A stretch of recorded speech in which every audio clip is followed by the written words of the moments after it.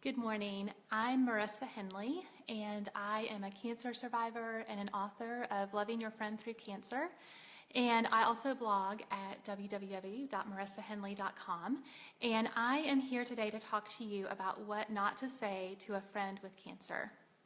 I have been the person going through cancer. I was diagnosed with a rare cancer 6 years ago. And so I've been on the receiving end of people trying to give support. And I'm doing a great job for the most part, for sure. And I've also been the friend who's trying to figure out what to say to someone who's going through cancer or something else that's difficult. So I know how hard it is. And I'll confess to you, I have been the one who has wanted to dodge somebody in the school pickup line or in the church lobby or the grocery store because I don't know what to say when someone's going through something hard. And I think we all have this fear sometimes, and it holds us back from reaching out to people who need our support because we are afraid we're going to say the wrong thing, we're going to stick our foot in our mouth. We don't want to make their pain worse by saying something that's going to be hurtful instead of helpful. So sometimes we just don't say anything at all. But our friends with cancer desperately need our support, and they need our compassionate, caring words, and we want to do that the best that we can for them, right? So that's what we're going to be talking about today. I'm going to give you 3 things not to say to your friend with cancer, and then I'm going to give you some ideas about what to say instead. Oh, and if you want to stick around until the end of the video, I do have an exciting book giveaway announcement to share with you guys, so stay tuned for that. So we're going to jump right in. The first thing to not say to your friend with cancer is this: let me know how I can help. All right, so I know you guys might be groaning when you hear me say that, because if you're like me, you have said that to everyone that you've ever known that has cancer, right? Let me know how I can help, right? We want to help, and we're sincere when we say it. But here's a couple of problems with saying that. When I was diagnosed with cancer, I was completely overwhelmed. It was like my brain just totally turned to mush. I was on the phone all the time with supporters, friends, people wanting to help me, saying, let me know how I can help. I was on the phone with doctors and nurses. I was at doctor's appointments. I was trying to get my household in order before I started chemotherapy. And when someone said, let me know how I can help, it was really hard for me to connect the dots between a need that I had and their offer of help. And I was like trying to match them up, and my brain was too overwhelmed and I just couldn't do it. But what I saw was that if they made a really specific offer of help, it's kind of like, here's my need, and you want to try to get as close to that target as you can with your offer. And when they would get really close, it wouldn't be easy for me to connect the dots and say yes. So here's an example. Instead of saying, hey, I'd like to bring you a meal sometime, that kind of puts the ball in her court. And if she wants a meal, then at some point she might have to say to you, hey, I'd like my meal now, which she's probably not going to do, right? I know I wouldn't feel comfortable saying that to someone, even if they had offered to bring a meal. But if you say this, hey, I'm going to bring you a meal next week, would Monday or Wednesday be better? Now, all you're asking her to do is to choose between Monday or Wednesday. And that's really easy, right? So you've brought your offer really close to her need, and she can connect the dots really easily and say, yes, Monday would be great. Thank you so much. So if you make the specific offer, it's going to make it easy for her to take you up on it. If you're not into bringing food, another way you could do this would be to say, I notice I drive past your neighborhood every day on my way to work. I would love to pick up your kids and take them to school anytime that's helpful.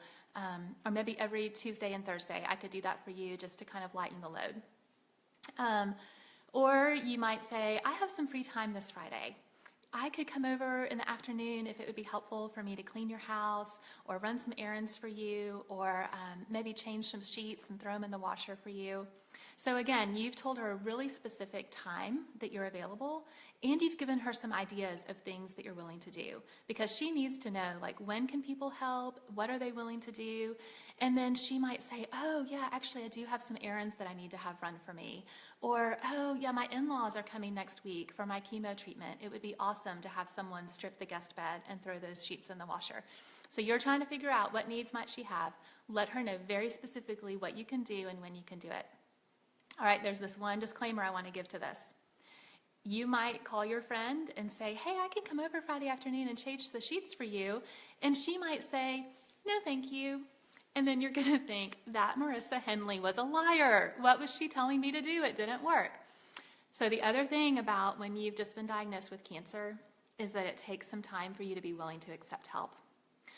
I don't know about you, but I want to be the strong one in my friendships and relationships. I want to be the one helping others. I don't want to be the one who's weak and sick and needing help. And when I was first diagnosed, it was a really hard adjustment for me to make. It took me some time to be willing to accept help, and your friend may still be there. She also might be trying to figure out who's sincere with their offers of help and who's not, because remember, we're all saying, let me know how I can help. So she's probably hearing that from everyone she knows right now, and she's trying to figure out who really means it and who just doesn't know what else to say. But I promise you, if you repeatedly make those specific offers of help, she's going to realize really quickly that you mean it and that you really want to help her. And when she's ready, she's going to take you up on it. So if it takes a few times, just keep trying. Just keep letting her know with these specific offers. And I know she'll at some point be ready to receive the help that you're trying to give to her. All right, so that's number one. Don't say, let me know how I can help.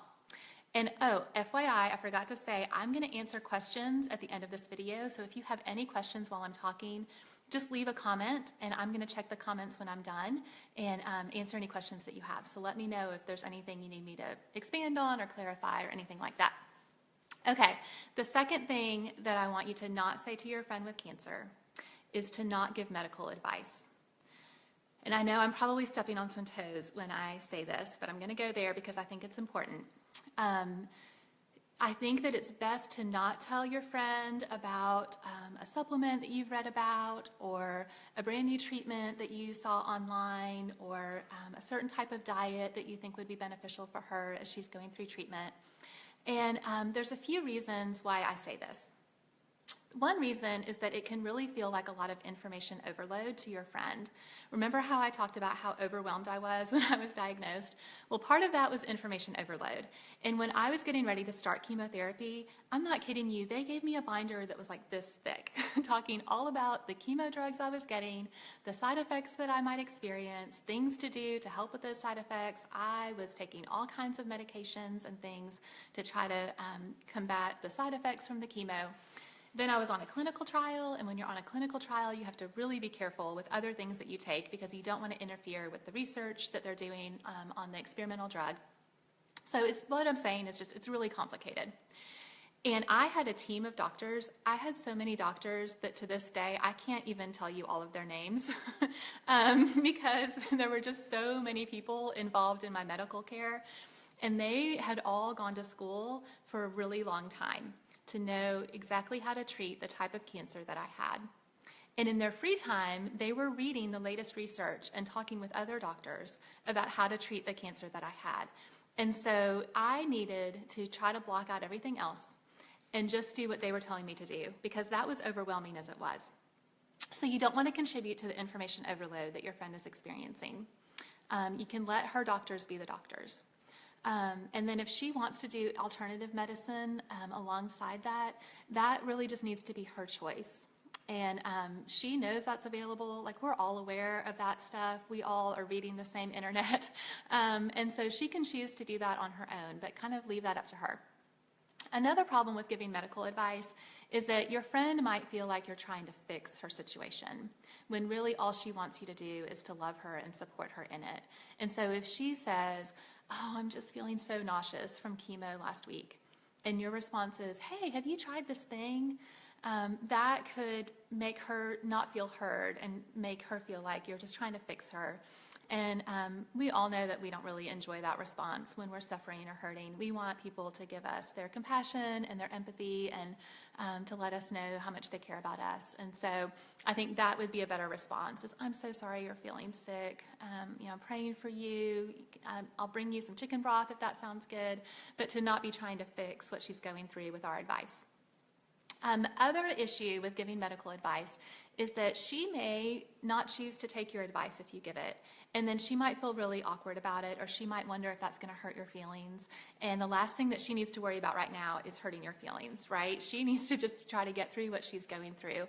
And so she might get suggestions from lots of different people. And she might get lots of suggestions. She might get lots of suggestions that conflict with each other. And she's trying to sort through all that along with what her doctors have told her. And that's just really hard to do.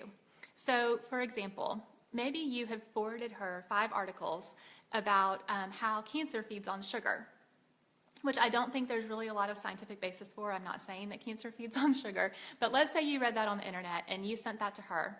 But then she went to her doctor, and her doctor said, you know what, you're losing too much weight from the chemo. So yes, eat your fruits and veggies that are good for you, but I also just want you to eat whatever sounds good at any time because you need to not lose any more weight. So the next time you see your friend, she's chowing down on a Snickers bar, and she's really enjoying it. And then she feels really awkward because you've told her to not eat sugar, but she's trying to follow her doctor's advice and not lose any more weight. And so we do not want to put our friends who are going through cancer in any position that's going to make them feel awkward around us. We want to be a safe place for whatever they're doing as they're trying to get through their cancer treatment. So I've probably gone over this a little too much, but those are just some reasons why I would suggest not giving medical advice. Okay, so let's say that you're listening to this and you're screaming at your laptop right now going, but Marissa, I have a thing for her that really could help because I have a family member that went through this same treatment last year and this thing really helped her and I really want to tell my friend. Are you really saying I can't tell her? Okay, if that's the case, here's what I would do. The first thing to keep in mind is I want you to only share the information if your family member, or maybe it's you who went through cancer, if that person is doing well today, right now, they survived the cancer, they're doing great. That's the only situation in which you would want to share any information about that person with your friend going through cancer. That's a whole nother topic. They don't want to hear about somebody who has passed away from cancer right now. Okay, but if you know of a situation and the person is doing well and this thing was really helpful, then you might send an email to your friend and just say, hey, my Aunt Susie went through that same chemo last year and she found some things that were really helpful to her. If you ever want to hear about that, just let me know. I'd be happy to tell you. And that's it. You put the ball in her court and you let her decide if she wants the information, then she can ask you. Okay, so number 1 was to not say, just let me know how I can help. Number 2 was to not give medical advice. Number 3, and I want you guys to promise not to X out of this video when I say this. Hear me out on this one, okay? Number 3 is don't say God has a plan. Do not say the close cousins of God has a plan, which are God is in control and God works all things together for good. Now, some of you watching this video don't believe that those things are true, and you would never say those things to a friend with cancer. But some of you do believe that those things I just said are true, and you're wondering why on earth I would say not to say that to your friend with cancer, because you thought you knew me, and you thought that I knew that those things were true. And you're right. Absolutely. I believe wholeheartedly that God is in control, that He has a plan, and that Romans 8:28 is true, that God works all things together for the good of those who love Him. And so I cling to those truths. They are deeply important to me. There are a lot of days that I don't know that I could get out of bed if I did not believe that those things were true. So hear me saying that. Yes, absolutely, I affirm the truth of those statements. But I have learned over the years from experience of saying those things to people who are hurting and needing to go back later and ask for forgiveness, because I have learned that those things do not bring comfort to our friends in most situations when they're really hurting, and those raw emotions they're having to wrestle through. And I've been there because when I had cancer and when I was walking through that situation, I did believe that God was in control and God had a plan. But y'all, I could not for the life of me figure out how His plan could possibly be good if that meant that my daughter lost her mom before she turned 2 years old. I could not wrap my brain around that, and I had to wrestle through that on my own. And it wasn't going to help me wrestle through that and come out on the other side of trusting the Lord and His plans for my children. It wasn't going to help if people were preaching at me. It was something I had to wrestle through with the Lord. I needed my friends to just speak words of comfort and love and support to me. So I've learned that these things are true, that there's a time and a place to speak them. And that if we say them at the wrong time, they're going to feel like a Bible verse Band-Aid that's just getting slapped on our friend's wound when it's this gaping hole that's raw and bloody and hurting. and it's just not going to be helpful. So, and here's another thing. When I've heard this from multiple cancer survivors and caregivers, that when we say to them, God has a plan, here's what they hear us saying. It sounds to them like we're saying, what's wrong with you? Why haven't you gotten over this yet? If you would just believe these things about God, then you would feel better. Now, I know, like, you guys have hung in with me in this video for this long. You would never say that to your friend with cancer. You clearly care about her, and you want to say supportive, caring things to your friend. I know you would never want her to hear you saying those things, but that's what she might hear if you say, God has a plan. And so what do we do instead? Because we're watching our friend, and she's upset, she's hurting, she's trying to figure out what's happening. And we do want to say things that are comforting. So what I would suggest is you may consider sharing the truth of God's word and his promises and who he is with your friend in certain situations. But just choose those verses carefully and choose the time carefully. Just use prayerful discernment in this situation. There's not an easy answer or formula to this. But I have found that verses that talk more about God's comfort or his presence with us are more beneficial. So maybe Psalm 34:18, that's one of my favorites. It says, the Lord is close to the brokenhearted and saves those who are crushed in spirit. If you're a close friend, you might even ask her, are there any truths about the Lord or any scriptures that are bringing you comfort right now? And she might say, yeah, I can't understand what he's doing right now, but knowing that he loves me brings me so much comfort and peace. And there's a clue. So you can start sharing verses with her about God's love and know that that's going to be comforting to her. Or she might say, there's nothing. Like right now, I'm just struggling. I don't get this. I don't get what God is doing, and I'm just angry.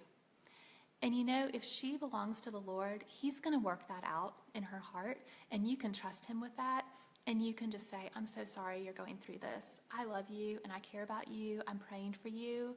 And can I bring you dinner on Monday or Wednesday next week? Right? Okay.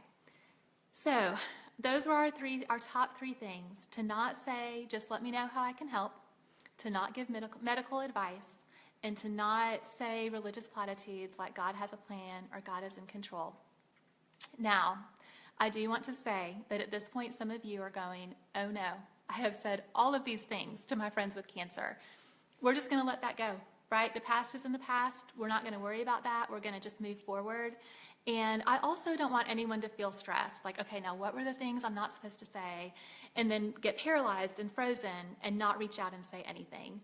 It's better to just reach out with support, even if you're going to get it wrong, and even if sometimes things are going to get weird and awkward because you don't know what to say, and she doesn't know what she even wants you to say, because the reality is there are no magic words that you can say that are going to fix what she's going through right now and how painful it is. And so be willing to risk the awkward and just keep reaching out, keep reaching out, keep reaching out with your support, and I know that she's really going to appreciate that. So there is a lot more that I could say about this topic, and I wanted to let you guys know that I am celebrating an anniversary this week. It is the anniversary of Loving Your Friend Through Cancer. This is a book that I released 1 year ago this week, and I just wrote this from my experience to help others understand how to support a friend with cancer, and there's actually a list of 10 things in this book not to say to your friend with cancer. We've touched on a couple of them here today. But if you want more information on this subject, I am giving away a couple copies of this book today on my Instagram account in celebration of its book birthday. And so I'm on Instagram. My username is marissa.henley. And you can find that giveaway. It's going through tonight, which is Wednesday, March 15th. I would love to see you there. If you could benefit from this book or someone you know might benefit from that book giveaway, I'd love for you to join me over there. I'm also excited to announce that I have partnered with P&R Publishing to bring you an expanded version of this book in spring of 2018. I have been writing and writing and writing, just digging deeper into this topic, more about how to talk to our friends with cancer and how to support them. And I am getting close to turning in my manuscript for that book. And I hope that you guys will really get a lot from that once it comes out next year. So I can't wait to tell you more about that as the months go on. But in the meantime, this book is still available on Amazon in paperback or Kindle.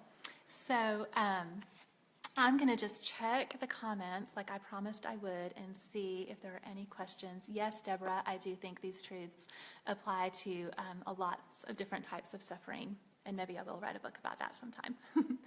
Okay, you guys are so sweet. Yes, okay. Sometimes it's better just to say less. Saying less, I think, is always a good plan. Okay, yes. Okay, I don't see any questions. Well, as people are watching this video, I'm going to post it here when we're done. It will be available. And so if you're watching this later and you have a question, I'll keep an eye on these comments. Feel free to comment or to send me a private message if you need to. I'd be happy to answer your questions and continue to walk with you guys as you support your friends with cancer, because it's just such important work. And I'm so glad that you're doing it. And thanks for watching. Hope y'all have a great day.